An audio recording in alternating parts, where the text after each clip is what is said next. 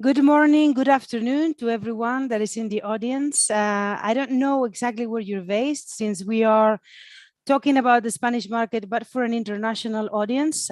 So wherever you are located, I welcome you today. I'd like to invite you all to introduce yourselves, your companies, and where you're joining from today using the chat, which is in your right-hand side, so that we can know.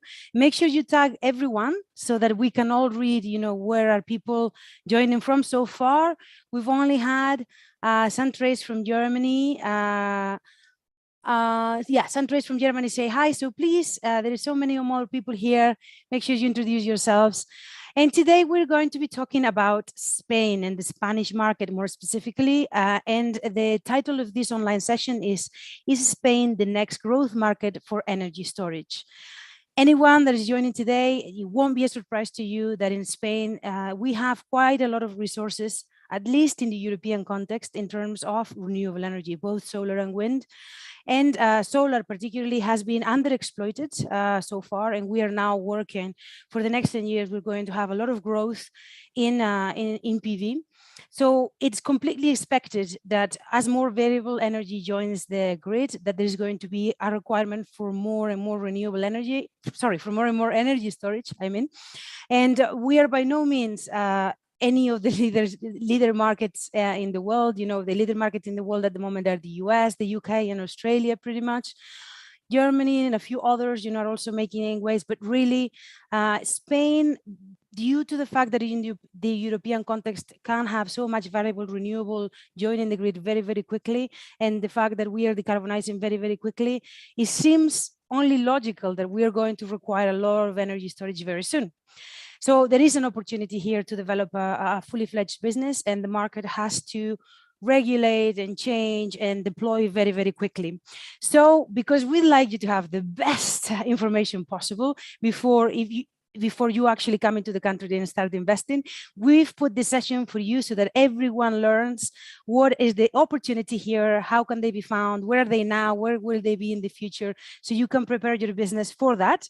And I bring you two, not one, but two consultants today that focus on the grid, on how it works in Spain. They're specialists on how the energy system is going to be changing in the next few years, and they're going to each give you a vision of how they see it evolving and where they see the business opportunities, so that you can take in, their ideas, make your own strategy. So I'd like to first of all ask them to introduce themselves so that you get to know them a little bit. So can I start with Javier? Please, Javier, if you can shortly introduce yourself so that people can get to know you a little bit. Yes, hello everyone. Can you hear okay? So I'm a senior. We hear you perfectly. Perfect. I'm a senior principal in Afry. I joined about 8 years ago, and before this, I worked for another 8 years in the Spanish TSO, Red Eléctrica, and now responsible for all our modeling and regulatory activity in Iberia and Latin America. Thank you very much. Javier is a good guy to have on your side. He touches on a lot of different areas of the Spanish system and knows it well. And I'd like to ask also Chema to please introduce yourself. Thank you, Helen, and thank you, Javier, and welcome everybody to this session. I'm Chema Zabala. I'm the consulting director in MRC. MRC is an international consulting firm specialized in the assessment and evaluation of electricity markets around the world, and very focused lately in the potential opportunities to develop solar and storage in the Spanish market. Thank you very much, Chema and Javier, and welcome. Okay, so this is how it's going to go today, guys. We are going to have two presentations that are rather short, about 10 minutes or so, from Javier and from Chema, so that you hear a lot of the stuff you're going to hear. You might hear it from both of them, but it might be slightly different because at the end of the day, a lot of the forecasting is based on opinions, calculations, and they may vary slightly. We're going to present you both and you can make your own ideas. Perhaps you might want to consult with these speakers, on a one-to-one basis further if you want to find out something more specific. But you have the opportunity today to ask any questions that you'd like. Of course, Chema, Javier, and I have prepared some questions, to continue some conversation because we have 1 hour in the session today. And there are some things that we'd like to tackle. However, we are very willing and very happy to answer your questions if you have any specific, because depending who is in the audience, we can also change, the type of information we give you. So please feel free, send your questions. in the Q&A box at the bottom, okay? And I like to say that if you guys are looking at the moment to invest in the Spanish market, it may be a good idea, and this is the part where I sell my book, so to speak, to come to RenMad 2022 in Toledo this year. This is one of the marketing things that we're doing for this event, because these people here both are participating as speakers, so you can meet them there personally, as well as all of the other speakers that will be there in person. So it's a good chance for you to understand the market itself, the players, you know, and take a little bit the beat of how it is working and by when, milestones, and so on. So hope you can join us in Toledo. But in the meanwhile, here we are with two of our leader speakers, and I'd like to ask Javier to please set up your presentation so that we can see it. And just to remind you all to send your questions, okay, as you have them, so that we can actually get them into our conversation here.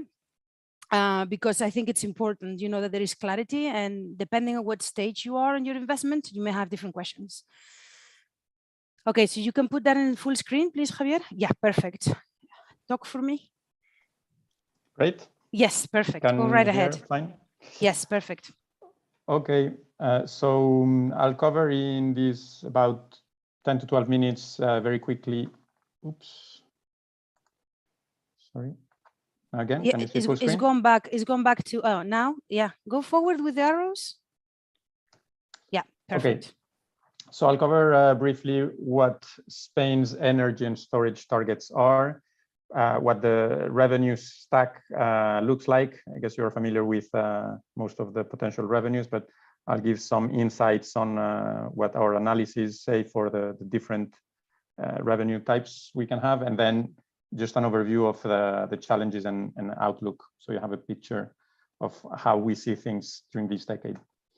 So I just remind that Spain has very ambitious targets of increasing renewable penetration from about 40% in 2020 over electricity to almost double, so almost 80. As you see on the right-hand side, this is the target of wind and solar PV combined, part of which in the green line is the capacities that presumably will be auctioned on a yearly basis. So the government expects that some of the capacity comes on the back of auctions, and some comes either as merchant investments or backed by PPAs or any other way to secure revenues, not necessarily auctions. And those stars, what they show is the investment appetite is enormous. It's much, much higher than the Spanish targets. And a lot of this activity is coming prepared to develop hybrid projects with storage. So lots of things going on to all this capacity. Now, I remind the targets, which are also very ambitious for storage. So both the NECP and the storage roadmap, they consider about 12 gigawatts, a bit less than 12 gigawatts increase of storage. This would come at least in this indicative plan, which I insist is indicative. So it's not, the government doesn't want exactly this capacity mix. This is just one illustrative capacity mix which achieves the targets. And if the targets of renewable penetration are achieved with a different capacity mix, the government is equally happy. So I insist on the indicative part. So this indicative part is increasing both pump storage and batteries. So increased pump storage, we already have about 6 gigawatts, including pure pump storage and mixed inflow. And this should increase by 3.5, another 2.5 from batteries. We've got almost zero, just very few small batteries, but not in the size we will need during this decade. Then there are 5 gigawatts of additional storage in new concentrating solar power plants, and then a bit of storage in distributed PV systems. Okay. Now I'll go quickly through the different revenue streams available. So I think the most obvious is the head price arbitrage. What you see on top is hourly prices in the mainland system, and in the two bottom ones, this is just illustrative modeling of hourly prices for different scenarios where the NECP is achieved, and how rainfall, whether it is a wet year or a dry year, it affects a lot. Several interesting things we see here. the first part of the year, we can expect more price arbitrage opportunities, but the second half of the year, in which generally the price spreads will be smaller, just because there are not frequently enough surpluses of renewables, which is what makes prices fall significantly and gives good arbitrage opportunities. So my comment here is make sure you understand the volatility of revenues associated to weather and also associated to the scenario, because actually the capacity mix the government proposes, and I showed in the previous slide, does not look too much like a free central view. And in terms of wind and solar, in terms of nuclear, in terms of storage, in terms of interconnection, in terms of hydrogen, and all of this affects hourly prices. So be sure you test several scenarios, you get different views of what the capacity mix may look like. On intraday and continuous trading, there are substantial additional revenues to be made. You definitely need a view on those because they increase substantially your revenues versus doing a very simple price arbitrage in day ahead and selling all your energy in the day ahead market. You should always save some and use this spare capacity to provide secondary band, secondary or tertiary reserves. And the modeling of that is pretty complex because first, even if we do some modeling with perfect foresight, which is one way to model this, that's already complex enough. And to make it things more complex, there is never perfect foresight. I mean, you never know whether tomorrow or even the next 2 or 3 hours, the system is going to need balancing upward or downward. So sometimes you may save some capacity, but then the system, instead of needing upward reserve at a premium, it needs downward reserve. So you didn't sell your energy at the head. You can't sell it either in balancing services because it's going in the other direction. So pretty complex studies, but I think we all consultants, and I'm sure Chema is also doing lots of work here. I mean, we're all scratching our heads here on how we can try understand how these revenues can be and how to model them with all these uncertainties. We are doing some fairly fancy modeling, but uncertainties everywhere. We're happy to discuss the technical details of our studies. So the REER, this is the name of the new support scheme for renewables. Régimen Económico para Energías Renovables means the economic regime for renewable energies. This is completely different from the previous support scheme. The previous support scheme was based in euro per megawatt and per year payment with a target return over the life of the project. We are going back to a pretty simple CFD scheme. It's not as simple as other schemes in the market because there's, for example, this market exposure coefficient. So you may bid, for example, 30 euros, which is the average result in the last auction, and you don't get paid exactly 30. You get paid 30 plus or minus a percentage, which depends on the hourly price and your bid. And one way through which the government intends to incentivize hybrid projects is you can have a wind or solar hybrid projects with storage, and then your market exposure coefficient is higher than if you don't have any storage. And with this additional exposure, you can get a higher share of the difference between the hourly spot price and your bid price. And this is, well, a way the government found to try and incentivize through these auctions the deployment of storage.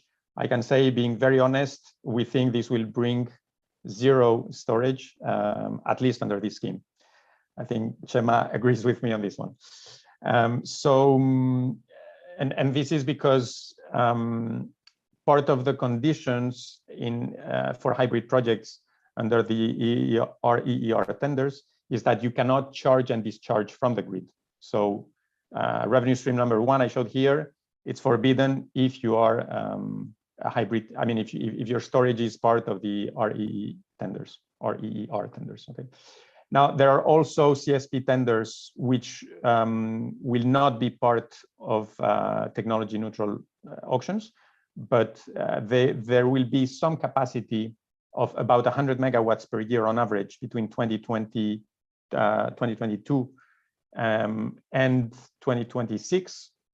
This means that adding another 3 years of construction, this means that by 2029 or 2030, tenders would go maximum to installing 600 megawatts of CSP, very far from the 5,000 megawatts target. So in our view, I would say, it seems to me at least, that the government changed their mind. At some point they said 5 gigawatts of CSP, but when it comes to really putting money on the table, because if you develop tenders, you need to pay whatever comes out of those. Although, well, there will be some price cap, but basically it seems the government has gone for a much lower figure than they said a couple of years ago when the NECP was developed. So unless there's some other revenue stream for CSP, we think less than 1 gigawatt gets developed, not 5. Then there's the capacity market. And the capacity market is actually developed for 2 reasons. One is to prevent closures of CCGTs, which will be in negative figures. I mean, many of them are already negative EBITDAs. So if we want them to keep the lights on, there needs to be some capacity payment to complement their revenues in the day-ahead market. And second objective, on top of keeping the CCGTs online, at least enough of them online, new capacity, which is needed at some point as coal and nuclear and CCGTs eventually decommission, then this new capacity will need to be storage. Now, we have done lots of study on trying to replicate those security of supply studies, because they need to be backed by one security of supply analysis. And only when the system needs this additional capacity can this capacity be given some payment. Okay, this is a mandate from European regulation. And the problem with this situation is that basically the capacity market is not looking at the problem of integrating renewables in the cheapest way or in the most efficient way for the system. It is only looking at the problem of security of supply. So it could be the case, and actually this is what we find, it can be the case that for security of supply reasons, the Spanish system needs little or even no additional capacity, just keeping CCGTs online. And yet this does not mean that storage is not interesting for the system. You can have the capacities market say, to keep the lights on, we just need this much, but you can have a different study which says, actually, if we bring this much storage to the system, this is good for integrating renewables, for efficiency, for energy independence, and so on. So one big failure we see from the capacity market is it will not bring that much capacity. To give you some figures, we expect somewhere between 0 and 2-3 gigawatts. We don't see those security of supply analysis justifying much more than that. Could be a bit more if some CCGTs decommission, but this is not what we expect. And second problem of the capacity market is, in our view, it does not address properly the different value of different storage projects. So you've got project A and B. A bids 30,000 euros per megawatt payment. B offers 31,000 megawatts, but it provides a lot more value. For example, it lives longer, it has better efficiency, it has a higher duration of storage, so it will be capable of storing more hours and restoring more hours of renewable energy back to the system. The award is again only based in security of supply. So it's only based in the capacity to keep the lights on. Any additional benefits of different storage projects, in our view, they are not properly valued by this mechanism. So the capacity market, I think it is positive. It will bring some storage. We just think it may not bring enough, and it may not necessarily award in the best way, considering the different benefits of a project, which might be just a bit more expensive, but add more value, and the right value versus cost how do you say, the trade-offs between those two is not necessarily properly valued. Okay, and then the last way through which grid access, well, actually not the last, an additional way through which storage may happen is through the grid access tenders. So grid access tenders is, Spain is moving from a philosophy where grid access was granted to on a first come, first served basis. We are moving to a philosophy where different projects can submit a request, and there will be a tender to award not to the first come, but to the best project, where best means you get more points, and you get points for different reasons. What I show here is simply the only grid tender that has been done not for a similar situation. This is a just transition tender, which is a bit different. So it's capacity in a node where there was some coal, and this coal capacity, which is freed. Basically, the government wants this to be used to develop renewables and storage, but also to give jobs to people who get unemployed because of the closure of these plants. So this is just an illustration of how there will be points. We can't really say much because there has been no tender for the new capacity that will come in the next few years. But we can say definitely there will be points for a minimum level of storage. We can expect something like 5–10% maybe of the capacity of the node, maybe a bit more, possibly a couple hours of duration minimum. In my view, it should be more than that, but we'll see. And it's the combination of these grid access tenders with the REER tenders, so with the renewable energy tenders, that give you a possibility to develop storage. So maybe you put storage in your Excel, numbers don't add up today, but if you consider that there will be an auction and you can participate in this auction, you will give your number to the government. Basically, you'll say instead of 30 euros CFD, maybe I need 40 euros CFD. And then because everyone at some point is likely to require storage to have been given grid access, that's how everyone at some point competes on an equal basis. All who want to go to those tenders need storage. And it's basically the tenders for renewable energies combined with the tenders for the grid access, which give you this opportunity. Okay. Now, a few words on storage behind the meter. We think there is a real possibility that a substantial amount of storage behind the meter comes, and this is because the new grid charges since last summer, they have hourly discrimination, which means that the savings you can make by charging and discharging your battery in different hours are much higher than the price arbitrage just from wholesale prices.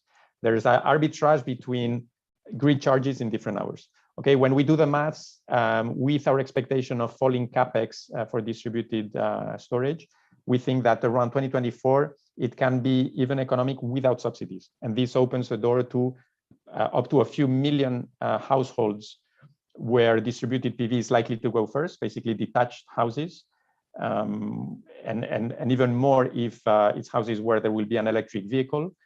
The opportunities is several million households times a couple kilowatts, which is the standard. We go into gigawatt units for distributed PV, coupled with storage. Okay, and then the last point is there will be some funds available from the European reconstruction funds. There are already some which are being distributed. There's 600 million in the PERTE, which is basically the plan to give those 16 billion of European money. 600 million is going to different things, including storage. And then there are additional funds like the FEDER funds. 177 was announced, I think, just today. Other funds like the Innovation Fund. So be sure you understand those, because you can be given 20–30% of the capex, and this can make the numbers work, even if the revenue stacking doesn't work. So final picture from me, the government wants 12 gigawatts. We don't think that 12 gigawatts are achieved, but we think quite a few will be achieved. This is illustrative. It could be 3, 4, 5, 6, 7 gigawatts in our view, some from behind the meter batteries, some from the EU grants. Hopefully we can use as much of those grants available. It could be 1 to 2 gigawatts eventually, possibly more around 1. A bit from the CSP auctions, a bit from the capacity market, depending on quite a few uncertainties on the security of supply methodology, value of lost load. By the way, we don't even have a value for a lost load, which helps understand the volume of backup capacity we need.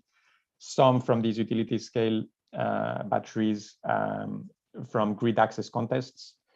And one message is what you see here in white and red is basically capacity which we want to attract, and which our studies actually show that it is economically interesting for the system to develop those. There's just no incentive to make them happen. So actually we are working on making proposal proposals to find first the argument. So Europe allows a mechanism providing an incentive, and then a regulatory mechanism which is well designed, compatible with European indications and with Spanish constraints from on the legal aspects, to try develop all of this. So right now, with today's regulation, we hardly see this happening, but it is economically positive for the system to develop it because of the huge amounts of renewables which are coming. And we are working towards making this happen. And that's it on my end. Thank you very much, Javier, for this great presentation. This sparked a lot of questions, so we'll get to those in a minute. Take a look at them if you like. If you stop sharing now so that we can allow Chema to share his presentation. And I just wanted to take this opportunity to say thank you for sending questions. Please keep sending them through a Q&A box, because some are coming through the chat and they just get lost in the chatter. And also, we are recording this session. We will make the presentations available, and they will have their details in the presentation, so you can get in touch with them thereafter. Go right ahead, Chema. We can see your presentation full screen and perfect. Perfect. So thank you very much. And thank you, Javier, for the very comprehensive presentation. As Belén was mentioning at the beginning, there will be some overlaps, and basically we are going to underpin some of the messages that Javier sent, and also to give our view as MRC on how we see the opportunities for storage in the Spanish market. From our point of view, the first aspect that we want to highlight is that is Spain the next market for storage growth? We think that it must be. Some of the things that have been said by Javier is that energy storage, we see it as a technology that is necessary to enable a smooth transition and integration of renewable energies. There are a number of things that this technology will bring into the system. It will help to reduce the curtailment from renewable generation oversupply. It will eventually allow to increase the firm capacity in case it is needed, and this is very related with the capacity mechanism that Javier has just mentioned. Of course, the Spanish situation, as of now, it does not need additional capacity, but eventually, depending on what will happen with nuclear, with the CCGT, and with the other technologies, eventually we see some room for batteries playing in this market, although it needs to be defined, as Javier mentioned. The network constraints eventually, and to give locational price signals and to allow the participation of storage in the technical constraints market is something that eventually will bring opportunities for battery storage system to be more profitable and to be closer to the break-even level. The integration of additional solar in particular and wind will increase the balancing needs of the system. And of course, this is a very complex system and it's very difficult to forecast the needs and how the prices will evolve in this market. We are doing our best to try to simulate this, but we definitely see opportunities for batteries in participating in the secondary, tertiary, and replacement reserve balancing market. And that's the 5th point that I want to highlight is that, as I'll show later, Spain is one of the systems in Europe with less synchronous capacity, and in the future this will increase. So the needs of more synchronization eventually might open opportunities for batteries providing services for fast frequency response, for instance, which as of now is not something that is remunerated in the Spanish market. The figures that already have been mentioned here, the plans for the government are to add 23 gigawatts of solar and 20 gigawatts of wind. And as Javier mentioned, there is a lot of appetite in terms of access and connection permit granted, which means that most likely some of these targets will be definitely overcome, and the capacity that will enter the system will exceed substantially the national plans. Again, following the rationale of this first slide, PNIEC, the national plan, already mentioned that the implementation of battery storage system is something that is needed in order to maximize the integration of renewable technologies. It's something that has been said as well by the system operator, that is essential to develop not only storage, but also the interconnection in order to enable the integration of renewables and solar in the levels that we are seeing that it seems will come into the system in the coming years. So the question about BESS from our side is just we need to have a good understanding on what is the optimal capacity from storage and how this capacity can be developed in a feasible manner for both, for the system and for the developer. And this is very in line with what Javier mentioned. Of course, the numbers will not add up as of now. So definitely we need to find a way to make sure that the revenue stacking opportunities, the regulatory framework to promote batteries make that the promoters of these technologies are achieving a reasonable rate of return. The implication of storage will go hand by hand with other flexible sources that will enable further integration of renewables, such as the interconnection, the pumping storage, the hydrogen, and the demand response services that might enter into the system. But from our point of view, what is worth highlighting here is that battery storage systems is one of the most versatile and one of the technologies that add more value to the system from the operational and environmental point of view. I will just give a few points on what needs to be done or what is ongoing. What are the ongoing discussions now in the Spanish case in order to enable and to create an enabling framework for the development of these battery storage systems in the levels that the national plans are ambitioning for 2030. In terms of access and connection, as of now, it is treated as a generation capacity, which means that as of now, batteries will not be able to decongest some of the nodes where there is no capacity for additional generation. From our point of view, this is something that should be updated because we feel that battery storage system will operate the other way that a normal generator will do in the Spanish market. So when a node is congested, very likely the battery storage system will be charging from the grid and will inject this energy when it's more needed in the system. This means in the afternoon or night in the Spanish case. And one critical regulation that is needed is the issuance of the operating procedure 12.2, where the specific conditions and requirements to connect batteries will be definitely named and detailed. There are also some uncertainties from the administrative and environmental point of view because there is not a clear view on what will happen eventually if you add some battery storage system to your existing solar PV or wind farm, whether this is something that will risk the compliance of the deadlines that you have, whether this will delay the whole process, and this is a big issue here in Spain.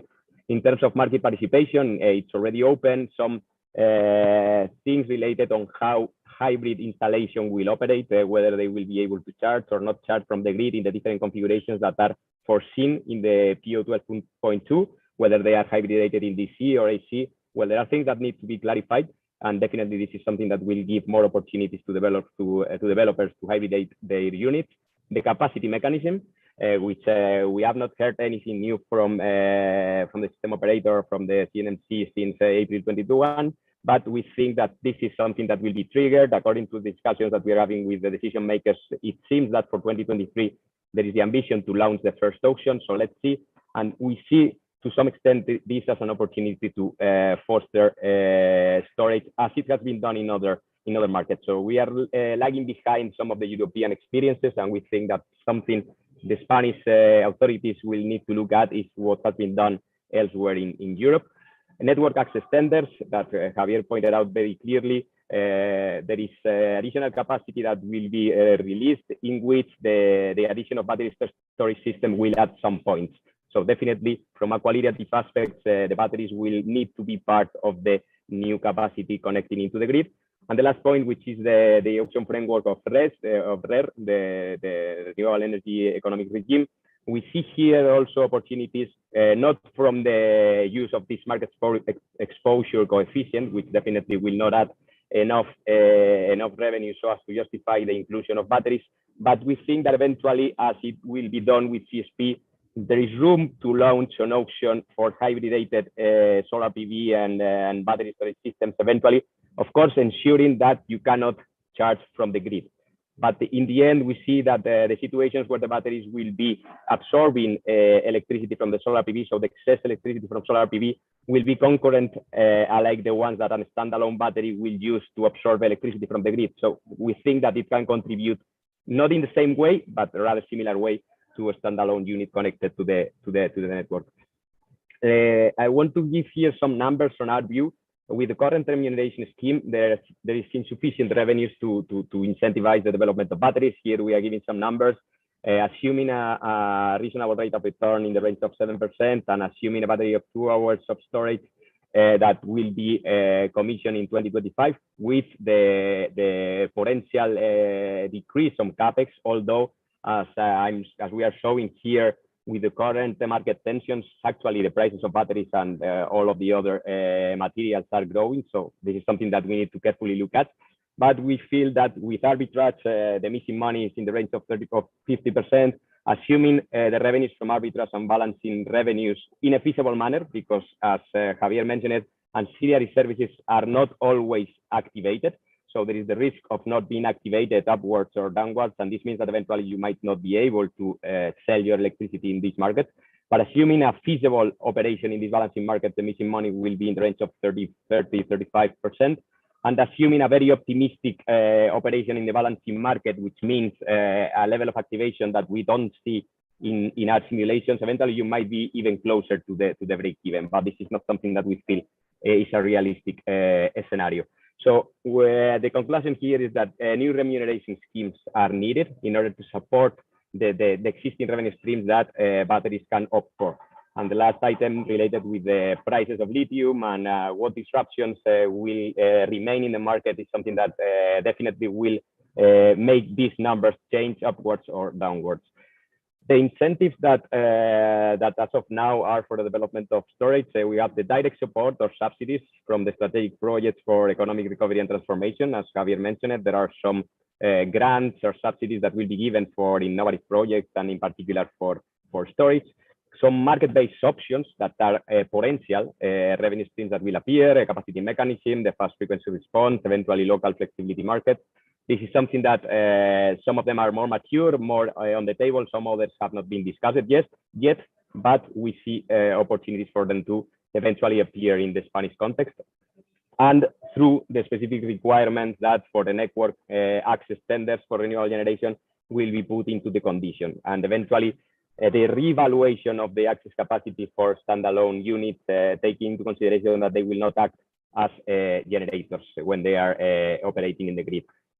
I will not go into much details about this because Javier already mentioned it, but there are some funds that will be made available for now up to 2026, some more to come, aimed at fostering additional capacity from storage that eventually will enable a more efficient integration of renewables. The conditions are there. You need to be very careful about how you justify the project because there are certain criteria that you need to comply with. So the general requirements and the specific requirements that are given as of now for the auction that is launched, well, projects will need to be innovative in a phase of technological development. This means that the economic viability is not possible without this public money, although eventually in the future they need to be economically feasible. They must consider and take into consideration technologies that are up to the level of 6/8 of maturity, which is duly specified in the specifications. And well, it's aimed at the promotion of large-scale energy storage products. The network access tenders, as Javier mentioned it, of course, this is something that will enable further implementation of storage because among the requirements that you might need to comply with in order to access to these tenders, there is a temporal criteria, which means that projects that can be injected into the grid earlier will be valued better. The generation technology, where it is specifically mentioned that they can enable further integration of renewables and can enhance reliability or quality of supply. Definitely, this is where batteries will add value to the system, and some other criteria that eventually might be justified with batteries, but definitely this point too is the most relevant. We don't have details as of now on how these tenders will value this criteria. We have the reference that Javier mentioned on the Mudéjar node, that is the first just transition node. And there were some points for those projects that took into consideration 5% of capacity from batteries. But we're expecting the details to come in June 2022, so next month, and eventually 56 gigawatts of access capacity will be auctioned, taking into consideration these conditions. So there is room and opportunities for battery storage systems here. On the capacity mechanism and fast frequency response market, especially on this first one, because it's something that is under the table and it's under discussion, and there are discussions to launch this process by 2023. What we have been doing is evaluating with our simulations what the firm capacity requirements will be in the future, and by doing this analysis, trying to figure out what the stress situations will be and how battery storage system will contribute to these stress situations. As Javier mentioned, eventually capacity mechanism might not capture fully the functionalities of the storage and how it might contribute to an efficient integration of renewables, but this capacity mechanism will take into consideration how 2 hours or 3 hours or 4 hours storage battery will contribute there. And the definition of this derating factor and the definition of the capacity payment that might result from this auction, we feel that might give a signal that is enough so as to justify some of the capacity that the system needs from storage. We have the experiences of the UK, Germany, France, and Italy that are well ahead. The case of Spain, we have seen the numbers from the auction in France and in Italy. Of course, the stress situations are some different to the ones that we may face in Spain, but with capacity payments lasting from 7 in the case of France to 15, which is not something that is allowed anymore by the European directive in the case of Italy, and getting prices that are ranging from 30 to 75k thousand euros megawatt year, we feel that numbers will close and it will be an attractive business model to develop storage under the different configurations that it might be developed in Spain. And the last point is the fast frequency response market. This is something that is not on the table, although some requirements were initially included in the operating procedure from Red Eléctrica, but now it was removed. But the Spanish market is one of the countries with lower inertia in the Central Europe synchronous area, which means that eventually in the future, as you see here in the exhibit in 2030, the needs for fast frequency response to ensure frequency control is something that might give a signal also for the development of storage. Some situations that we have seen lately in the Spanish market that is worth mentioning here in order to raise the awareness of what the situation might be in the future. We have already seen some curtailments, market curtailments or real-time operation curtailments. And this is something that according to our simulations also will increase in the future.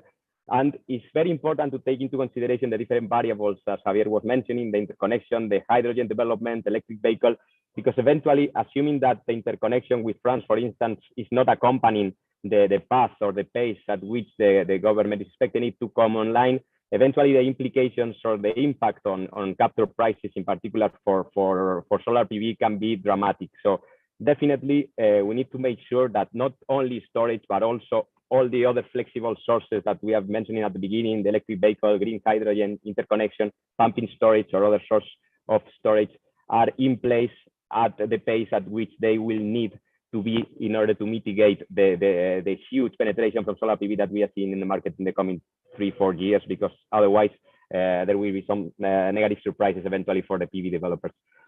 And one last point, just giving some numbers on where we see the market. We have run some simulations, and assuming this revenue stacking with participation in ancillary service market, with price arbitrage, and with potentially the learning curves on CapEx that we might see in the near future in batteries, eventually when this disruption in the market is solved. This is not something that will happen overnight, definitely, so we need to carefully take into consideration these figures. But this together with the potential capacity payment that might enter into the system will enable some of this capacity to come online. This together with eventually the participation in the RER, in the auction support scheme in Spain, and eventually behind the meter options, as Javier mentioned it, might contribute towards a wider development of storage and a more efficient integration of renewables. And one last point where we also see opportunities to consider batteries, of course, depending on the other parameters and items that we have presented here, is that there are a number of hybridization opportunities between technologies in the Spanish market now after the Royal Decree 1183, where you can eventually consider to hybridize your solar PV facility with a wind farm or the other way around. And eventually, in order to minimize the curtailment that you might face adding this capacity in the same access point, the role of storage might also be something that developers should take into consideration. And that's all from my side. So now, Belén, the floor is yours. I'm happy to take questions and have a fruitful discussion with all of you. Thank you very much. Thank you very much, Chema. Very interesting presentations. I think despite the fact that you guys did have a lot of the same points, you made them in different ways. So I think it was very interesting. Just for everyone else in the audience, no, these are not 10 minutes in Spain. It was a little bit more, but I felt like it was very important information. So I let it go because I think at least he got the points across. And we have a bunch of questions from the audience. So I'm going to start there because the questions that we had, they can wait. And a lot of them were clarifications. So for Chema, for Javier, when is Spain releasing the formal storage tenders?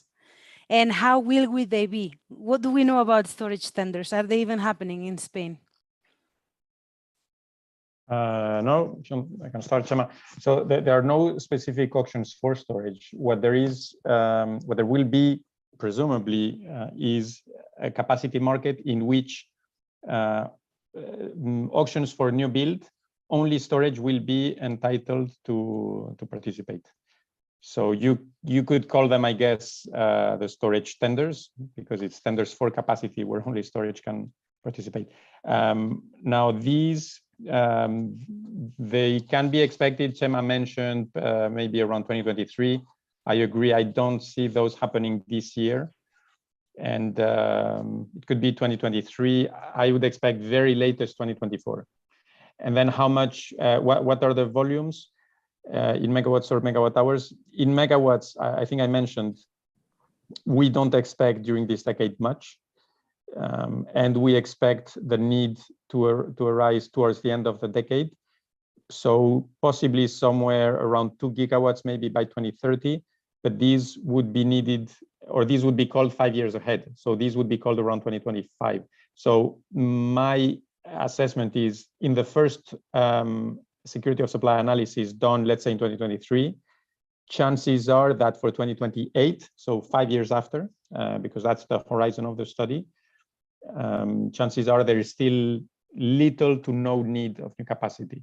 So I think it will take 2 to 3 years for the need to arise, and for construction towards 2029, 2030. So until either nuclear decommission, if this government stays in office, because I remind that the opposition has very different views on nuclear, so there is a chance that whether this government stays or whether there is a change in government, and particularly if there was a change at some point during this decade, there are high chances the energy policy towards nuclear would change. So I'm just saying that this will impact future needs. And it's one relevant driver to consider in the megawatts. Do you want to add anything there, Chema? Yeah, no, basically I agree with Javier. There are no specific options for storage, but eventually in the capacity market, it will be only storage plus demand eventually participating. So definitely there is where capacity from storage will eventually enter. I'm not that pessimistic. So I feel that eventually capacity market will enable the deployment of some capacity earlier than Javier's view. But of course, this is something that will depend definitely on the pace at which nuclear disappears and the studies that Red Eléctrica is going to launch. So nothing else to add. Okay, so there's 4 open questions plus 2 that are in like the chat that I'm going to try and ask. We have about 11 minutes now. So let's try and be short, and I'm sure we can manage. The first one from Paul Larkin says, National Grid in the UK has enabled battery proliferation across their network. Do we believe that the Spanish regulator will replicate the British approach and open up the network to storage in the same manner? Do you want to start, Chema? Because I saw you already.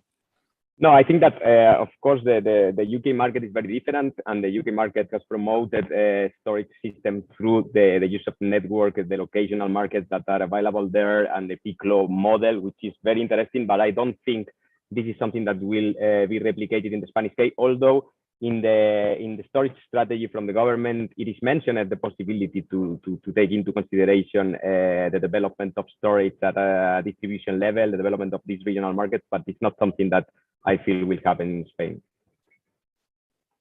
Okay, yeah. Javier, feel free, or you want to add something? I don't think, the thing is that I don't think the Spanish system needs inertia or primary response in the same way that the UK does, because we are coupled to the European system in AC. So basically the frequency is very well supported by the whole European system. So I don't see new services like the ones which are paid very high in UK being developed in Spain. And naturally it's a different system. Okay. Can we expect the new PO or procedimientos de operación? I think it means for the 12.2, which is not new. It's like 10 years old by now. From Red Eléctrica, this is one of the things that we never finish in that PO. From Red Eléctrica España. But this, so the procedimientos de operación are basically the name for the Spanish grid code. It's chapters of the Spanish grid code. This is referring not to the, so 12.2 is a technical one. Okay, thank you. Other grid code chapters associated or dealing with ancillary services. Then can we expect new POs then from Red Eléctrica to streamline the participation of storage in the ancillary markets and provide better price signals? Or has that already been addressed? I'd say in general, this has been addressed with regulation in the last few years. Well, actually last year, where basically the word storage has been inserted in many places where it didn't even exist. So storage, I think, will have no problem to participate. The problem is not going to be of that type. The problem is going to be even assuming that revenues participating in those services are available. And I think Chema and I both mentioned, I mean, we do expect we count on those revenues. The problem is the numbers don't add up. That's the real problem. But I don't see a problem of technical specification of storage in the grid code preventing them to participate. Yeah. Okay. Yeah. Okay. So next question: when you're talking about network access tenders, is this for standalone storage projects only, or does it include also hybrid projects like PV and battery? It is for hybrid projects, actually. So the problem go ahead, Javier. I mean, so network access, there is going to be new capacity arising just because new substations are developed. But most of the capacity will come because lots of the capacity which is currently booked by previous applications, they will lose this capacity just because there's no way that those more than 100 gigawatts that have grid access, there's no way they get built, those projects, in the timelines imposed by Royal Decree 23, which is a maximum of 5 years, but with interim milestones.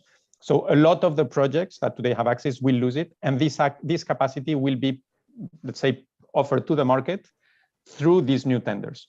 Now, anyone can participate in those. As I see it, standalone projects can, definitely hybrid projects can. The problem is, if you are a standalone project, I think you will face other difficulties, but you can apply even with a CCGT, you can apply with anything. And then the question is the economics and the points. We mentioned the point system. So if you say you know I want access in this node, I'm a standalone battery. Depending on how the point system is done, maybe you don't get enough points. So there's a problem here in the definition, and I'm not sure if standalone projects are desired, and I think there are some reasons why the system would welcome standalone projects, whether pumped hydro or large batteries, like those that have been developed in the UK, in Australia, in the US. There will be an issue with the grid access tenders, because chances are you always lose versus a hybrid project. Yeah. If I may add up, I totally agree with that. Eventually, I think that when the criteria is clear, definitely we will see how the potential new installations entering the grid will look like. In my view, the requirement, or well, the consideration of storage as of now, like a generator, is something that is preventing the connection of standalone units in congested nodes. That eventually is something that might be very attractive for the system. And in my view, this is the way through which standalone units might enter into the system, eventually changing this definition of batteries as generators, or adding some other technical specification that might enable the connection of storage in congested nodes, in generation congested nodes. I agree. Mm-hmm. Yep. Okay, let's see here. We have 2 more questions, and then I'm going to ask one of my own. There is here one that is a clarification for you. Chema, if you don't mind, I'm going to forward it along because it's something about one of your figures, and I don't think it makes any sense to go back now. So I'll just forward it to you after the webinar so you can answer it. Okay. But we have 2 here. One is, what are your recommendations for the design of incentives for battery energy storage? I think this is a dream question for consultants. How would you design the incentives for battery energy storage? Actually, we're working on that, on trying to develop several ideas of incentive schemes. My favorite, to be designed in a bit more detail, but my favorite is basically a mechanism, a bit like what is done with interconnections. You know, an interconnection, TSOs, they do a cost-benefit analysis. They compare how much does this cost versus what they model are the benefits. And if the modeled benefits over the life of the project outweigh the cost, then the interconnection should get built. So in my view, a similar scheme should be created for storage. This is completely new. So it's not, I can't think of any country that has such a system. But conceptually, I think it ticks all the boxes of European regulation. And it's just a matter of proposing, giving the details and discussing it. Because I think there are, the benefit of storage, as I see it, the reasons to develop storage are precisely because it is beneficial for the system to do so. Because you integrate more renewables, you need to oversize wind and solar less, you make much better use of existing resource, and this translates into a lower price for consumer, but you need to give the incentive. But like for interconnections, the volume of the incentive is smaller than the benefit you get from a lower end user price. So in my view, a mechanism should be created having this whole reasoning in mind. And if this can be justified, then let's give an incentive. And because lots of people in the storage space say, well, my battery can provide inertia and it's very fast and it can control, it has grid forming capabilities, or it will have them. It can control voltage, it can do lots of things. So regulator can I get paid for these services? My answer would be, well, actually, those services, they are solved currently by nuclears and hydro and CCGTs. And there's no need to give a payment to a problem which we do not really have. So it's like saying, I have a flying car. Can you, government, pay me because my car can fly? Well, we don't need flying cars today. I mean, I don't know if it's a good example. I mean, the argument is efficiency of the system. So the mechanism should be backed and justified by this efficiency. And you can give money, you can give an incentive as long as you justify to Europe and to stakeholders in the Spanish sector that you actually need, or that the benefits you get are higher. That's one. We could discuss other mechanisms. Yeah, I think we need another webinar support. actually for this. I opened a can of worms, I think. Do you want to add something, Chema? Because otherwise we still have a couple of questions. Yeah, no, we can go ahead with the other questions. Basically, I just wanted to add that definitely we are operating in the European framework. So as Javier was mentioning, in order to give some incentives to some technology, you need to duly justify this. So we have some mechanisms that can be used as the RER and the capacity mechanism and eventually some fast frequency response remuneration scheme, but you cannot go outside and give an incentive without duly justifying it in Europe. So the approach that Javier is suggesting sounds adequate to me as well. Okay, now you both have been a little bit pessimistic and people are noticing. Have we? So, yes, Yeah, I mean, but the thing with consultants is they can never, they have to be sure that no one's going to blame them for anything. So here Paul says, a recent WoodMac article stated that Spain will require 8 gigawatts of storage by 2030. Why are they so optimistic against your assessment? This is specific to Javier, but I don't know, maybe Chema, you were a little bit more optimistic, but not well, I don't know the details of the study, but one thing is what you need, and another is what you get from the market. I mentioned, I think even those 12 gigawatts, they very likely make economic sense. So my number would be even higher than this analysis. I think the Spanish system needs even more than 8 gigawatts, possibly more than 12. What I'm saying is, if no incentive is created, then private investors will not put the money in things where they don't see a clear return. So I'm just saying the market will deliver something different from what the system needs. And this said, I mentioned how because there are uncertainties in lots of things, in the nuclear, obviously in the evolution of demand, on the value of lost load, which impacts the security of supply standards. On the distributed segment, I think there can be several gigawatts of additional storage. So I don't think it's unthinkable to have that the market delivers 6 or 7 or 8. It's not my central view as of today. My central view is closer to maybe 4 or 5. But I agree with the need. I just don't see this need happening because I don't see the numbers adding up for so much capacity. But we do need them. There is just no market incentives for it. Okay, to try be clear, do we need, I mean, if we don't have storage, there will be no blackouts. So do we need, what do you mean by need? If by need you mean not having blackouts, with zero, the Spanish system will not have blackouts. But with zero, we will have a very inefficient system. We will curtail lots of wind and solar. We will start lots of CCGTs. It will just be inefficient. On the other extreme, if we develop, let's say, 15 gigawatts, it will cost some money. We will integrate more renewables, and chances are actually the system is not only more efficient, but even cheaper. So if the question is, what is the most cost-effective capacity of storage, that makes the total system costs being the lowest? This is a long study to be done. My guess is it's pretty high. It's more than 8, it's possibly more than 10, it's possibly more than 12. Numbers should be done there, but what do we need, strictly speaking, to avoid blackouts? It's 0. What's economic? Possibly 15. Yeah. Anything in between, the more the better, possibly with a limit, this limit being very high. At some point, if you keep incentivizing storage, the last storage, you almost never use it. So the last megawatts maybe are not cost effective. What the right cost effective figure is, to be found out, it's possibly high. It requires a different kind of thinking as a system rather than as one by one and like putting it in different boxes and firewalling them. Capacity on the one side, this on the other side. The minute that you start, this is what I'm understanding from what Javier is saying.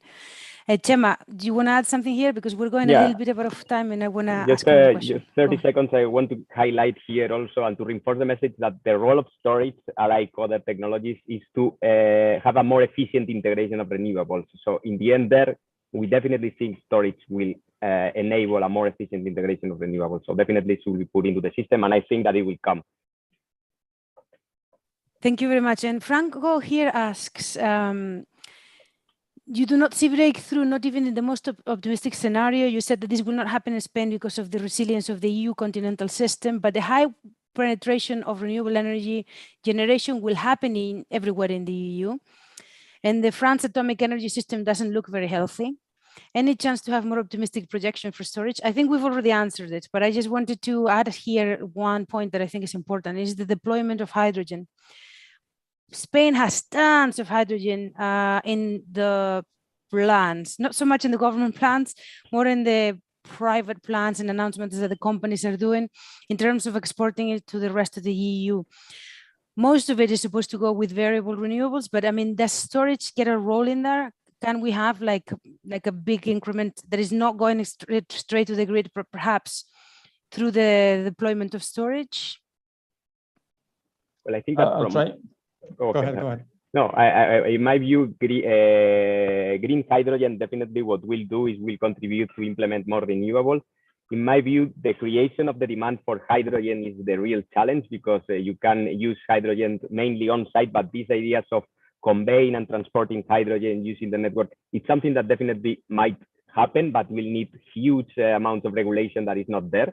It's something that needs to be put in place, and eventually it might help to accommodate more renewables. I don't see a competition there with the storage. Of course, it's another way of storing energy, but I think that the appliances of hydrogen are very different, and I think that the private plants, as you are saying, Belen, are quite very optimistic. I don't see this happening in the short timing that they are foreseeing it in the market. Okay, thank you very much. Javier? Agree on hydrogen. Indeed, I would say some very line with what Chema said. I think most, if not 100% of the hydrogen produced from the electricity sector will not come back to the electricity sector. It will go to the industry mostly, first to fertilizers, then to refineries, and in a few years to steel production. And then in next decade, it will start going into airplanes and trucks maybe, but it's not coming back to the system. So indeed, it will be a way to decarbonize other sectors, not the electricity system. I didn't mean it as a, like it's going to be maybe it's going to be a competition. But I meant it as, do we need storage to produce hydrogen, to generate hydrogen competitively? Because if we're only going with variable renewables, do we get enough hours? I don't know, just putting it out there. Well, yeah, the sizing, the production of hydrogen, it needs some storage. You need to store something. You either store the hydrogen you produce in some hours in a salt cavern, and you only produce when electricity prices are cheap from the grid, or if you want a hydrogen system with a dedicated line to a wind or solar asset, you will very likely need some electricity storage, because otherwise you cannot ensure supply of hydrogen when it's cloudy or when it's not windy. So you will need some storage at some point. My view about storage is it actually needs, it should be connected to the grid with PPAs, with wind and solar. I don't think dedicated lines are the way in most applications, maybe for some of them. And one final comment about storage, because the question mentioned Australia, other places where they make money. And there was mention to the situation of high electricity prices, nuclear outages in France. My point about storage is you need to keep in mind that storage only enables integrating more renewables than getting rid of oil and gas if it is stored. So I mean, if it is charged with surpluses of renewables, it may sound obvious, but if you have a system where, okay, you have the storage, but very frequently you need to charge it with CCGTs, storage is not really doing anything, because it's even worse. You're actually losing some, charging with CCGT and having a loss in the round cycle. So storage, it will need to rise, but only in line with a very, very high deployment of renewables or renewables and nuclear. If you only develop storage in a system where, when you model with hourly resolution, that very frequently you're charging with CCGTs or worse with coal, it's not useful. So storage, it needs to wait, or it needs to go, along with huge capacities of renewables, which countries in Europe, including Spain, are struggling to deploy as fast as we would like. If we could deploy 10 gigawatts of wind and solar per year in Spain, I would say then yes, lots of storage, and we can get rid of CCGTs. But that's not what's happening. We're between 3 and 4. And before we start charging storage, mostly with renewables, we need really huge amounts. We need to go towards 80–90% of renewables. We are at 40 today. So it's next decade when storage really, where huge volumes of storage really integrate renewables a lot more. I mean, with such high prices of gas, you would think that we'll hurry on, but it seems that that it's a little bit more difficult than that. So, Chema, I don't know if you want to say anything just to conclude, because we really need to go. It's a little bit over time. Yeah, no, I just want to adapt that. In my view, there will be a spike in the installation of solar, in particular, in the coming 2–3 years, and eventually we will see it coming earlier than we think. But of course, these are numbers, and these are numbers that we need to run. That's it. I think that it has been a very interesting discussion, though. Thank you very much, Chema. Thank you very much, Javier. I mean, they have to be careful, right? They have to be very careful in what they say, because otherwise we can point out, it is recorded, go back and say, but you said this. But I do feel like things are accelerating really quickly. The price of gas is just helping it along. Then we have the situation with the Ukrainian and the Russian gas and oil and gas. It all looks like it's accelerating rather than decelerating. So I think in the next year or so, we'll watch this market very, very closely, because it looks to me like it is also going to go much faster than we're expecting now, looking at the cues that the regulation is giving us.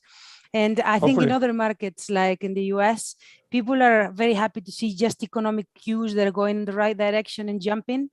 Going for it. Here is like we either see it in black and white in the regulation, or we don't move a finger. So it's a slight different also approach in terms of the. You want to say something, and Javier has to be really short.